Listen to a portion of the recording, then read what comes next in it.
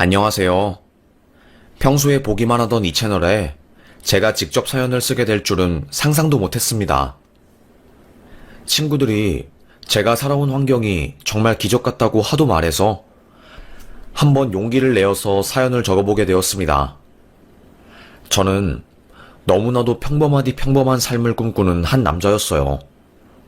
왜냐하면 저는 남들보다 부자고 겉에서 보기에는 남들이 다들 부러워하는 그런 집안의 아들이었지만 실제로는 빚 좋은 개살구였거든요. 맨날 미제 옷을 입고 좋은 가방에 니삭스까지 신으며 학교를 다니니까 학교 선생님부터 시작해서 친구들까지 전부 저에게 다들 잘 보이려고 애를 썼습니다. 부자처럼 보였고 실제로도 부자였으니까요. 하지만 저는 부자가 아니었습니다. 금전적으로는 부자였을 수도 있겠지만 마음은 허전했어요. 길가에 있는 노숙자보다 더 마음이 허하고 힘든 저였지요. 매일을 울었고 아빠가 들어오는 발소리가 들리면 미친 듯이 심장이 쿵쾅거리고 죽을 만큼 두려웠으니까요. 이게 저의 삶이었습니다. 죽고 싶을 만큼 힘든 저의 삶이었어요. 쿵쿵쿵.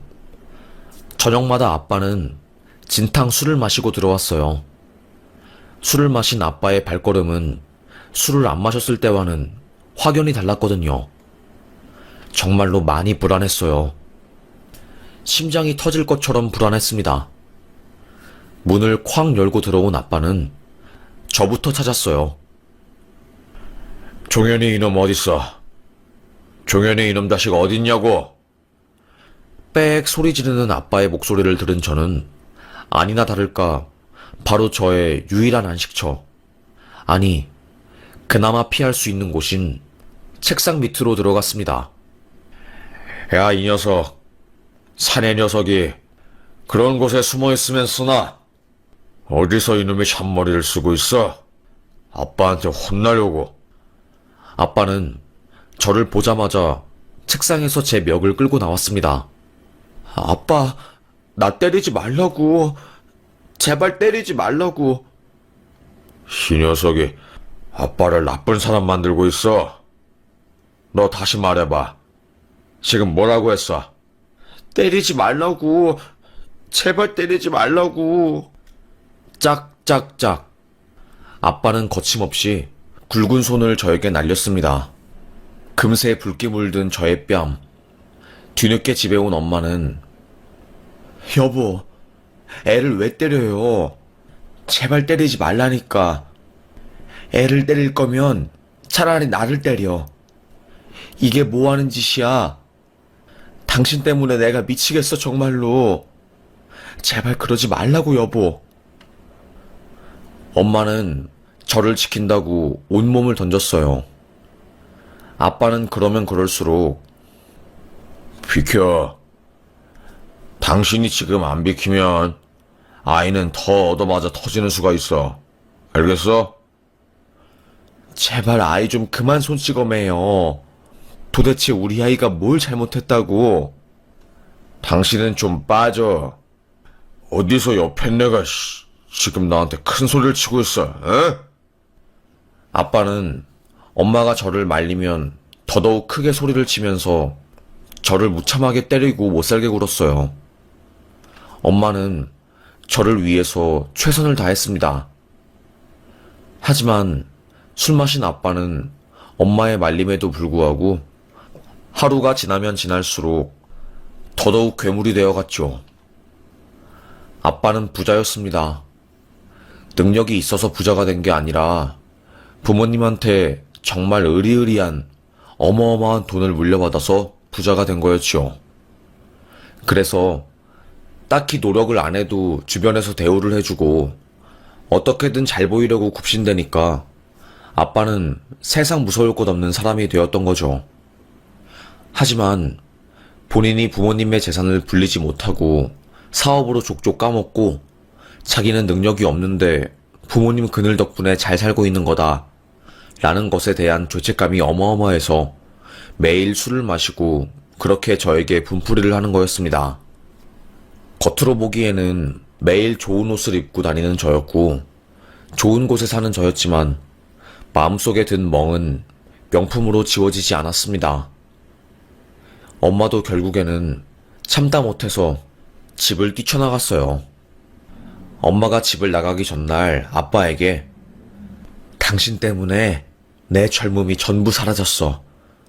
당신 같은 남자 때문에 내 꽃다운 시절이 아스라졌고 다시는 당신 같은 사람 보기 싫어.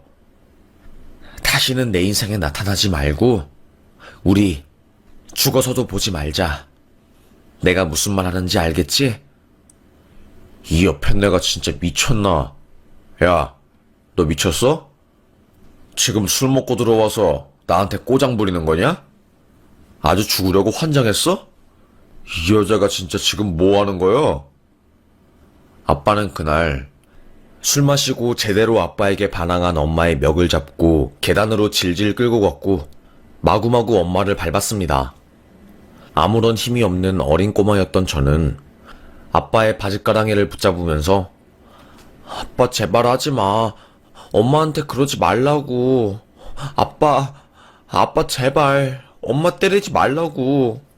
소리를 쳤지만 아빠는 코웃음을 치면서 저를 무시할 뿐이었어요. 눈물이 하염없이 났고 엄마를 지키지 못했다는 죄책감에 저는 남자로서 한 번 죽음을 당한 것만 같았습니다. 온 얼굴이 푸른색으로 멍든 엄마는 그날 침대에 누워 바들바들 떨고 있는 저의 이마를 쓰다듬으면서 말했어요. 종현아, 엄마가 지켜주지 못해서 미안해. 엄마 원망하지 말고 잘 살아야 해. 종현이는 어딜 가든 잘 적응할 수 있으니까. 저는 흐르는 눈물을 엄마에게 들키기 싫어서 누워서 자는 척을 했어요. 엄마도 제가 자는 줄 알고 그날 저의 옆에서 저를 쓰다듬으면서 펑펑 흐느껴 울었어요. 우리 종현이. 다음 날이 되었고 아침 일찍 아빠는 나갔고 엄마도 보이지 않았습니다.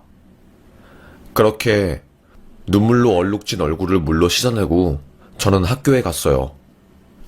그리고 집에 왔지요. 하지만 엄마는 없었어요. 항상 제가 학교에 갔다 오면 엄마는 저에게 늘 밥을 차려줬거든요. 이상하다. 엄마가 어디 간 거지? 왜 엄마는 안 보이는 거지? 도대체 어떻게 된 일이지? 그리고 시간이 흘러서 그날 아빠가 집에 들어왔고 네 엄마 어딨어? 도대체 어디서 뭐하고 있길래 이 시간까지 집에 안 들어오고 있어? 아빠는 온 집안의 그릇들을 다 깨고 찬장에 있는 것까지 싹 다 내빼서 던졌어요. 두려움에 저는 몸을 떨었고요. 아빠는 혼자서 화를 내다가 술기움에 잠이 들었고 그 주 주말도 엄마는 집에 들어오지 않았지요. 외할머니도 연락이 끊겼고 아빠는 그때 깨달았습니다. 엄마가 도망갔다는 것을요. 쥐도 새도 모르게 남편의 손짓이 너무나도 무서워서 핏덩이 같은 눈에 넣어도 안 아플 자식까지 버리고 엄마는 도망친 거였어요. 그때는 몰랐는데 엄마가 나를 버렸다는 사실이 그렇게 힘들고 원망스럽더라고요. 왜냐하면 아빠랑 단둘이 사는 것은 저보고 죽으라는 소리와도 마찬가지인 사실이었거든요. 너무 힘들었습니다. 아무리 생각을 해도 이건 아니었어요. 종현아, 네 엄마가 우리를 버렸다. 네 애미가 이런 사람이야. 알겠어? 꼴 보기 싫래. 아빠는 제 얼굴에서 엄마의 얼굴이 보인다면서 틈만 나면 저를 밀치고 힘들게 했습니다. 제가 밥을 먹고 있으면 밥 먹는 꼴이 네 엄마랑 똑같다고 하면서 제 밥그릇을 팍 쳐서 바닥에 떨어뜨리기도 했고요. 학교에 갔다 오면 그냥 이유 없이 제가 꼴 보기 싫다고 정강이를 팍 찬 적도 있어요. 그래서 저는 학교에서 거의 매일을 절뚝거리면서 살았죠. 친구들이 야, 우리랑 축구하자. 아니야. 나 다리 아파서 축구 못해. 야, 너는 왜 맨날 다리가 아프냐? 그리고 도대체 너는 왜 만날 축구도 안 하는 놈이 다리에 피멍이 들어있냐? 저는 아무 말도 할 수 없었습니다. 친구들에게 아빠한테 맞아서 그렇다고 할 수는 없는 노릇이었죠. 그냥 몰라. 내가 칠칠 맞아서 그렇지 뭐. 둘러댈 뿐이었죠. 참 표정을 숨기는 일은 간단하더라고요. 아무 생각 없이 멍한 표정으로 입꼬리만 올리면 친구들이나 담임쌤은 제가 행복하게 잘 사는 줄 알았으니까요. 하지만 저의 마음속 그늘을 알아채준 단 한 사람은 새엄마였습니다. 오직 새엄마가 저의 마음을 알고 있었어요. 어느 날 갑자기 아빠는 여자를 데리고 왔어요. 저는 누구세요? 안녕. 네가 종현이구나. 안녕. 나는 네 아빠의 여자친구야. 만나서 반가워. 어색하게 인사를 나누었습니다. 알고 보니까 친할머니가 아빠에게 여자를 소개시켜준 거였고, 여자 쪽에서는 아빠의 실체를 모르고 그저 가면 속에 숨겨진 모습을 못 보고 겉모습, 술 안 먹었을 때 자상하고 따뜻한 그 모습과 그리고 부자에다가 어마어마한 재산을 가지고 있는 그 조건에 반해서 교제를 시작한 거였죠. 폭력적인 남자 앞에서 돈과 자상함은 전부 필요 없는 것인데요. 아빠는 한 번도 저에게 웃어준 적이 없었는데 새엄마 앞에서는 그렇게 방긋방긋 잘 웃더라고요. 우리 자기 이쁘다. 진짜 내 인생에 이렇게 이쁘고 참한 착한 여자가 들어올 줄은 몰랐어. 당신이 있어서 내 하루하루가 충만하고 감사하잖아. 말도 이쁘게 한다니까, 우리 오빠. 저는 가식적인 아빠의 모습이 역겨웠어요. 당장이라도 저는 소리치고 싶었습니다. 아빠, 아니 당신이 나랑 친엄마한테 한 짓 잊었어? 내가 지금 당신 여자친구한테 당신의 실체를 까발리면 아마 당신은 재혼이고 나발이고 사회적으로 매장당할 거야. 그런데 뭐가 어쩌고 저째? 엄마를 그렇게 피멍들게 만들고 도망까지 가게 했으면서 부글부글 끓어오르는 분노를 저는 주체할 수 없었어요. 만약에 제가 그때 어린 꼬마아이가 아니라 성인이었다면 저는 그 자리에서 아빠에게 소리를 쳤을 거예요. 하지만 저는 그 당시 아무런 힘이 없는 그저 작은 소년일 뿐이었으니 붉어진 얼굴을 감추며 고개를 숙이고 화를 삭혔을 뿐이었지요. 그렇게 아빠는 그 이후로 몇 번 더 저에게 여자친구를 소개시켜 주었어요. 여자친구는 얼마 지나지 않아서 저의 새엄마가 되었고요. 하지만 저희 아빠는 자기 손에 들어온 순간, 자기가 가졌다고 생각을 하는 그 순간, 사람이나 물건을 막 다루기 시작하거든요. 당연히 새엄마에게도 마찬가지였죠. 하지만 그 강도가 전처럼 심하지는 않았습니다. 친할머니가 너 내가 이러라고 내 재산 물려준 줄 알아? 이번에 정말 주변에 사정사정해서 너 재혼할 여자 소개시켜준 거니까 이 여자한테도 손짓하면 그때는 진짜 내가 너 반죽일 줄 알아. 알겠어? 그래서 아빠는 그나마 잠잠해졌어요. 그래도 새엄마는 어느 정도 집안에 힘도 있었으니까요. 친엄마는 힘없는 가난한 집안 딸이라서 아빠가 그렇게 막대한 거였고요. 하여튼 그럼에도 불구하고 술 마시면 아빠는 괴물로 변했습니다. 저는 두려워서 집 안으로 숨었어요. 너무 무서워서 장롱 안에 들어갔지요. 아빠는 종현, 이 녀석 어디 갔어? 밖에서 싸돌아다니는 거 아니야? 지금 시간이 몇 시인데? 너 이 녀석 집에 들어오기만 해. 다리 몽둥이를 그냥 아주 두 동강 내버려야겠어. 저는 그때 장롱 속 이불 사이에 숨어서 사시나무 떨듯이 파르르 떨고 있었습니다. 집 안에 제가 있다는 것을 들키면 또다시 아빠의 주먹질과 발길질이 시작되기 때문이었어요. 그래서 두 손에는 신발을 들고 숨 막히는 것을 참으며 장롱에 숨어 있었습니다. 다리도 저리고 어깨도 아프고 정말 죽을 것 같았어요. 삭신이 쑤시니까 미치겠더라고요. 다행히 아빠는 잠든 듯 했지요. 저도 모르게 기다림이 길어지다 보니까 그때 선잠에 들었어요. 그때 갑자기 장롱 문이 열리는 소리가 느껴지는 겁니다.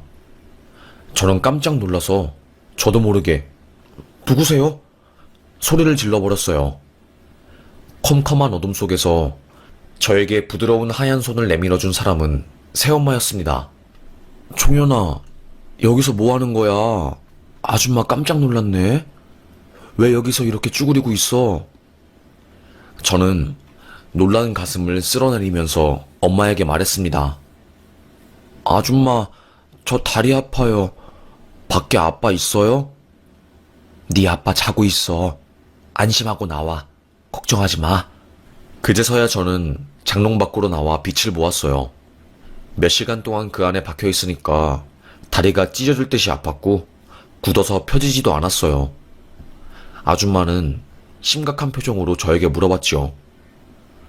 아줌마가 네 아빠랑 결혼하기 전에도 너네 아빠가 소리 지르고 술 먹고 집안에 있는 물건들 다 깨부수고 그랬니? 몰라요. 말 안 해요. 그냥 말 안 할 거예요.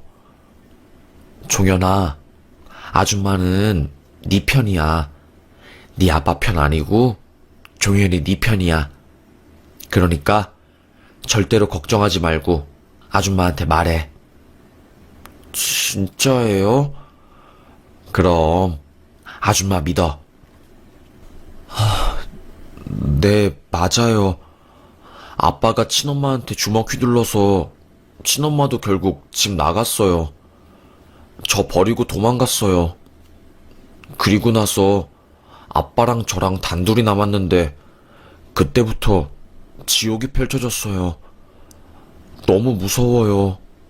어떡해요, 아줌마?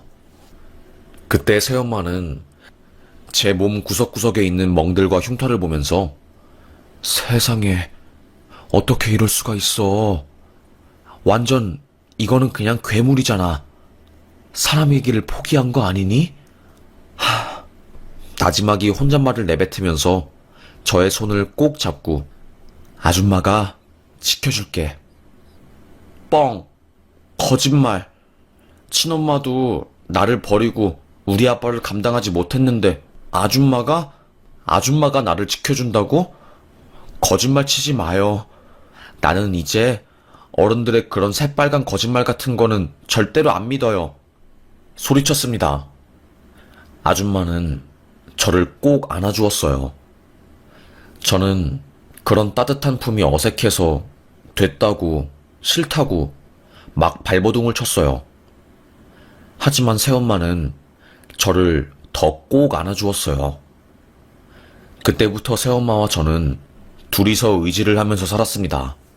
아빠는 새엄마에게까지 결국 손찌검을 했어요. 새엄마는 그때 아빠에게서 도망칠 수도 없었던 상황이었습니다. 금전적으로 가족 간에 얽힌 문제도 있었고, 무엇보다 저를 지켜준다는 약속을 꼭 지키기 위해서 몇 번이나 이혼을 하고 도망칠까 생각을 하다가도 저를 두고 자기만 떠날 수 없다고 하면서 버텼지요. 그래서 저도 조금씩 새엄마한테 마음의 문을 열기 시작한 것 같아요. 새엄마가 아무래도 저에게 무한한 사랑을 주고 따뜻한 보금자리가 되어주려고 노력을 하니까 저도 자연스럽게 새엄마를 따르게 되었지요. 저는 아빠 때문인지 덕분인지는 모르겠지만 제가 사랑하는 사람들을 지키고 나 자신을 지키기 위해서는 강한 사람이 되어야겠다는 생각을 계속했습니다. 그래서 미친 듯이 공부해서 1등이 되려고 했고 몸도 키워서 아빠를 이기려고 했던 것 같아요. 아빠의 키는 177이었고 저는 중학생 때까지 아빠의 키를 넘지 못하다가 고등학생이 된 이후로 아빠의 키를 넘었습니다. 180이 훌쩍 넘었어요. 제가 고2 때 184를 찍었으니 말이지요. 하지만 몸이 커지고 운동을 열심히 해서 전교에서 제가 가장 몸 좋고 강한 사람이 되었어도 여전히 저는 바보 같았습니다. 아빠에게 심리적으로 위축된 게 심해서 그 나이에 그 덩치에도 아빠의 손을 피하지는 못했어요. 술 마시고 들어와서 깽판 치는 아빠를 제가 감당하는 것이 거의 불가능했습니다.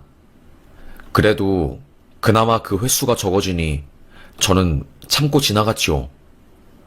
그러다가 제가 대학을 합격하고 기숙사에 들어가게 되면서부터 조금씩 해방이 된 것 같았어요. 드디어 벗어났구나 하는 생각이 들더라고요. 그렇게 1년간은 아빠를 안 보고 살았습니다. 이따금씩 새엄마가 저희 기숙사 앞에 와서 장조림이나 반찬 같은 거를 주고 갈 때 빼고는요. 새엄마는 친엄마처럼 저를 돌봐주었고 걱정해 주었고 저의 안부를 살폈어요. 참 고마우신 분이었지요. 그런데 어느 날 새엄마가 선글라스를 끼고 학교에 오신 거였어요. 양손에는 반찬을 가득 들고요. 엄마, 왜 선글라스 끼고 왔어요? 아니야. 그냥 눈이 부셔서. 새엄마가 하는 말에는 미묘한 어색함이 있었습니다. 저는 바로 선글라스 사이로 새엄마의 눈을 보았고 그때 눈가에 멍이 들어있다는 것을 알았어요. 또 아빠가 그랬어? 이제는 아빠가 엄마는 안 건드리는 줄 알았는데 또? 에휴, 네 아빠가 술 마시면 그때 그 버릇이 주체가 안 되는 모양이다. 너도 이제 대학 갔고 했으니 이혼하려고. 새엄마가 다친 모습을 보니까 진짜 그때는 미칠 것 같은 분노가 치밀어 오르더라고요. 아무리 생각을 해도 이건 아니라는 생각이 들었고 죽고 싶을 만큼 어마어마한 분노가 치밀어 올랐습니다. 싹 다 밀어버리고 싶었어요. 저는 엄마의 양손에서 반찬을 건네받은 뒤 엄마, 맞고 살지 말아요. 그리고 아빠한테 똑똑히 전해요. 다시는 엄마 때리면 내가 아빠 죽여버리겠다고 가만히 안 냅둘 거라고요. 그렇게 말을 한 뒤에 저는 기숙사에 들어갔어요. 그런데 기숙사에 들어가서도 도무지 분이 안 풀리더라고요. 엄마의 얼굴에 피멍을 만든 아빠가 너무나 미웠습니다. 그래서 그 주 주말에 저는 집에 갔어요. 아빠와 단판을 지으려고요. 집에 간 순간 아빠는 저에게 "니놈이 어딜 말도 없이 집에 기어들어와" 소리를 치더라고요. 평소 같았으면 그냥 무시하고 아는 척 안 했을 텐데 그날따라 분노가 치밀어 올랐습니다. 아저씨, 정신 안 차려? 아저씨? 네가 대학 가더니 아주 세상이 네 거 같구나. 오늘 그래. 너 죽고 나 죽자. 엎드려 뻗쳐. 아빠는 바로 골프채를 들었습니다. 저는 피식하고 웃었어요. 내가 예전에 당하고만 살았던 바보 같은 아들인 줄 알아? 웃기지 마. 아빠가 든 골프채를 확 잡아채서 구부러뜨렸습니다. 아빠는 토끼 눈을 하고 저를 쳐다봤어요. 그리고 저는 그 골프채를 아빠의 머리에 팍 던지고 집을 나갔습니다. 아빠는 으악 소리를 내면서 뒤로 쓰러졌고요. 그렇게 태어나서 처음으로 반항한 저는 집을 나와서 무작정 숨이 찰 때까지 뛰었던 것 같아요. 내가 방금 뭐 한 거지? 아빠를 내가 쳤어. 내가 쳤다고. 맨날 맞기만 하던 내가 아빠를. 말도 안 돼. 말도 안 돼. 저는 믿기지 않았어요. 남들에게는 왜 골프채 던진 거 가지고 정신병 걸린 사람처럼 그렇게 과잉 반응을 하냐고 할 수 있었지만 저에게는 아니었거든요. 정말 20년이 넘는 세월 동안 참아왔던 분노를 터뜨렸던 첫 순간이었습니다. 뒤로 넘어진 아빠의 상태를 보지도 않고 그냥 터질 것 같은 심장에 무작정 집을 나온 것 같았어요. 그런데 거기서 일이 터진 거였죠. 아빠가 쓰러진 거였어요. 골프채에 맞고 뒤로 넘어진 거였고 벽에 머리를 부딪혀서 뇌출혈이 왔고 응급조치가 취해지지 않아서 뒤늦게 발견된 거였습니다. 청천벽력 같았어요. 저는 아빠가 죽기만을 바라왔던 사람이었지만 생각만 그랬지 실제로 이런 일이 벌어지기를 원한 것은 아니었거든요. 너무 무섭고 당황스럽더라고요. 엄마는 너무 놀랐어요. 이게 어떻게 된 일이니? 저는 아무 말도 못했지요. 아빠가 사망하자 검찰 쪽에서 조사가 들어왔습니다. 의사는 사망 진단에서 골프채에 맞아 쓰러진 후 뇌진탕이 와서 사망을 했다고 적어냈어요. 그리고 그 골프채를 던진 사람은 저였고 저는 어떻게 하다 보니 미필적 고의 살인죄로 검찰에 기소가 된 거였습니다.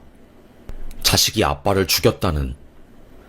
고의는 아니었지만 이건 미필적 고의 살인이다 라는 검사의 판단으로 저는 포승줄에 묶이게 되었어요. 그리고 결국 1심에서 징역형을 받았습니다. 엄마는 선처해달라고 검사와 판사에게 빌고 또 빌었어요.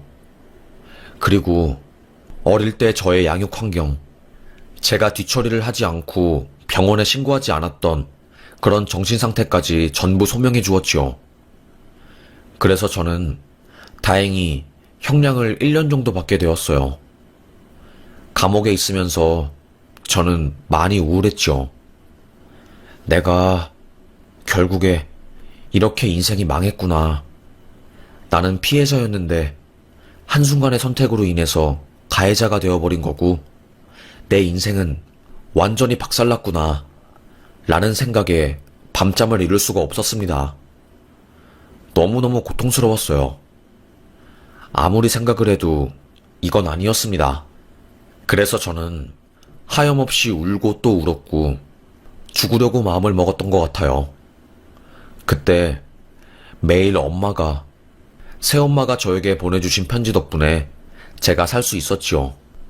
아들아, 우리 종현이 나는 너를 만난 순간부터 너를 지켜야겠다고 생각했어.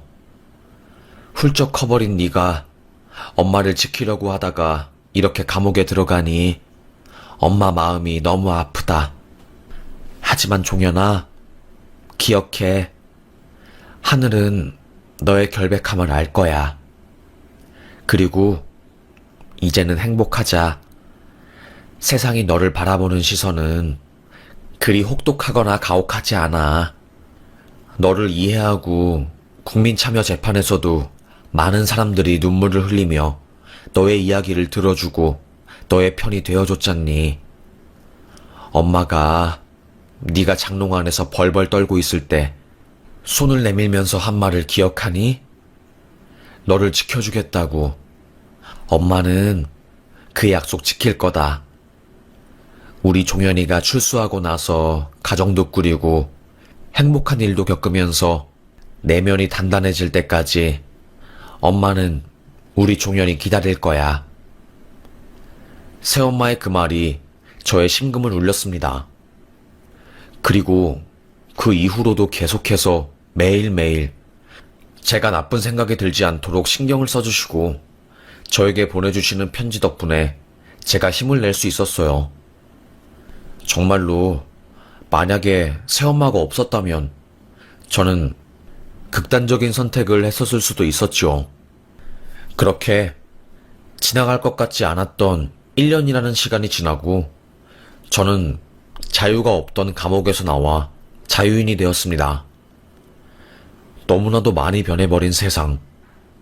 고작 1년이었지만 저는 10년간 다른 무인도에서 살다 온 사람 같은 감정을 느꼈어요. 그리고 학교에 복학했지요. 고개를 숙이고 다녔던 저에게 누군가 말을 걸더라고요. 이야기 들었어요. 저는 종현님 편이에요. 당당하게 어깨 펴세요. 저도 가정폭력의 피해자였답니다. 종현님이 의도한 고의적으로 계획한 게 아니었잖아요. 모두들 그렇게 생각해요. 당당해지세요. 행복해지세요. 누군가가 저에게 준 쪽지의 그 말이 저를 자신감 있게 해주었고, 또 다시 제가 사회 속으로 뛰어들 수 있게 해주었어요. 그렇게 저는 다시 살아갈 용기를 가지게 되었습니다. 그때 든 생각이 있었어요. 세상에는 아직도 어린 날의 종현이 같은 아이들이 많겠지? 이제는 그런 아이들을 내가 지켜주고 품어줄 거야. 더 이상 나 같은 피해자가 없었으면 좋겠어. 제발, 제발. 그래서 저는 곰곰이 어떻게 제가 그 아이들을 도울 수 있고 보호할 수 있을까 생각을 하다가 결심했습니다. 변호사가 되기로요. 미친 듯이 공부했어요. 제가 시험을 볼 때만 해도 지금은 로스쿨이지만 그때는 사법고시였거든요. 진짜 이악 물고 사법고시 시험을 5년 만에 패스를 하고 연수원에 들어갔어요. 새엄마는 초심을 잃지 않는 게 가장 중요한 거야. 알겠지? 저는 새엄마의 말을 가슴에 새기고 거기서도 오줌 마려운 거 참고 배고픈 거 참으면서 그렇게 독하게 공부를 했어요. 진짜 주변에서 제가 공부하는 것 때문에 열기가 느껴질 정도로 원 없이 공부했던 것 같아요. 그렇게 독하게 하다 보니 저는 검사가 될 수 있는 성적이 나왔습니다. 하지만 저는 이미 징역형을 살았던 사람이었고 검사가 될 수 없었어요.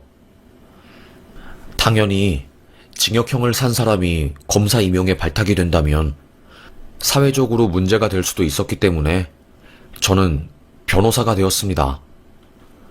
검사에 임용될 수 있을 만큼 뛰어난 성적을 가지고 있었기 때문에 대형 로펌에서 억대 연봉을 제시하면서 저에게 아주 달콤한 제안들을 많이 했지만 저는 엄마가 저에게 심어주신 초심을 잃지 말라는 그 말을 떠올리면서 아동을 위한, 소외된 계층을 위한 변호사 사무소를 차렸습니다. 최소한의 수임료만 받고 전국 어디든지 보호가 필요한 아이들에게 도움을 주는 키다리 변호사 아저씨가 되었어요. 그리고 아빠가 죽은 이후로 남겨진 유산으로 새엄마는 미혼모와 버려진 아이들을 돌볼 수 있는 그런 시설을 마련했습니다. 저는 새엄마가 너무나도 자랑스러웠어요. 새엄마는 아들이 이제 변호사도 되고 든든하게 자기 할 일을 사회에서 척척해가니까 엄마는 이제 더 이상 소원이 없다. 엄마 감사해요. 옥중에 엄마의 그 편지가 없었다면 전 아마 버티지 못했을 거예요. 엄마, 사랑합니다.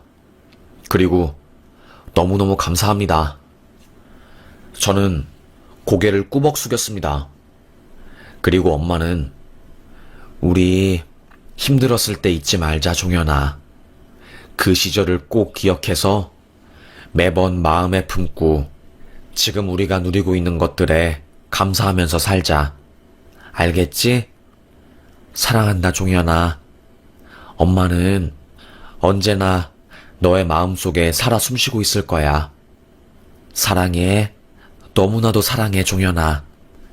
그렇게 저는 새엄마 덕분에 제2의 인생을 살게 되었습니다. 새엄마와 저는 아동 인권을 위해서 지금까지 정말로 많은 힘을 쏟고 있어요.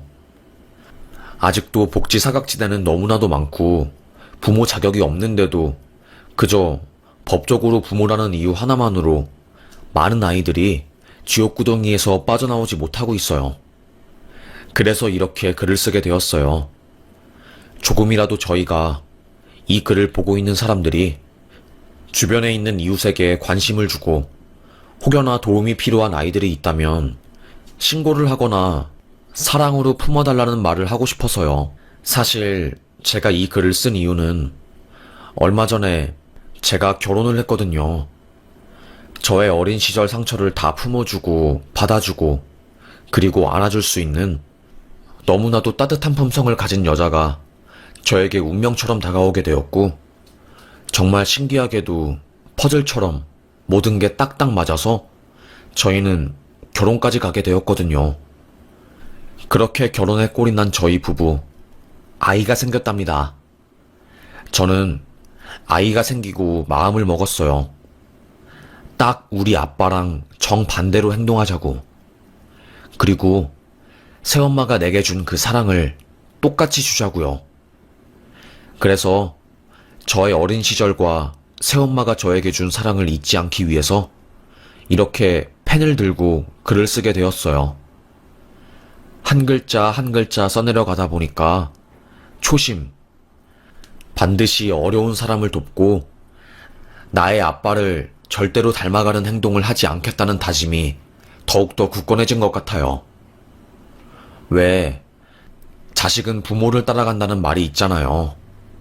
저는 그걸 항상 명심하고 경계하려고 해요.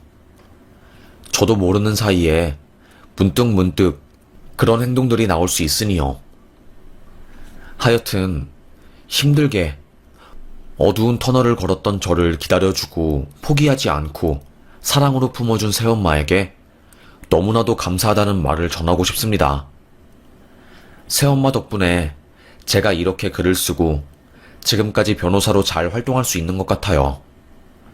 저에게는 이런 모든 것들이 기적 같습니다. 그리고 아내, 내가 감옥 갔다 오고 힘든 어린 시절을 보낸 것도 다 이해해주고, 내가 악몽을 꿔서 식은땀을 뻘뻘 흘리며 잠에서 일어날 때도 늘 나를 꼭 안아주는 아내에게 고맙다고 말하고 싶습니다. 그리고 지금까지 힘겨운 삶에도 불구하고 열심히 살며 자식들을 굳건하게 잘 키워내신 이 세상의 모든 부모님들께 존경의 말씀을 올리고 싶습니다. 모두들 너무나도 아이들 잘 키우시려고 노력해 주셔서 감사합니다. 사랑으로 아이를 키우시는 모든 분들께 감사하고 존경의 말씀을 드리고 싶었네요. 참, 그리고 어딘가에서 저의 이야기를 듣고 있을 친엄마에게도 이제는 용서한다고, 당신도 여자로서의 삶을 살고 싶었을 거고 악마 같은 남편의 손에서 벗어나고 싶었을 그 심정 이제는 이해한다고, 이제는 더 이상 엄마를 원망하지 않으니까 걱정하지 말라고 하고 싶습니다. 심연수 엄마, 내 친엄마, 나 김종현이야. 나 이제 자식이 생겼어. 나를 닮은 자식이 곧 태어나. 부모가 돼보니 엄마의 마음을 잘 알겠네. 엄마, 나 키워줘서 고맙고 엄마 덕분에 새엄마를 만날 수 있었어. 어쨌든 너무 고마워 엄마. 그리고 사랑해. 나 엄마 너무 감사해. 그리고 새엄마도 사랑합니다. 저를 묵묵히 기다려주시고 지켜주셔서 감사합니다. 참, 제 인생에는 고마운 사람들이 많네요. 제가 이렇게 행복해질 수 있었던 순간까지 참 많은 사람들이 제 곁에 있어준 것 같습니다. 그들 덕분에 지금 숨쉬고 살아가네요. 참 고마운 사람들을 위해서 남은 인생도 열심히 살아봐야겠지요. 그럼 저는 여기서 사연 마무리하겠습니다. 제 이야기 들어주셔서 감사합니다.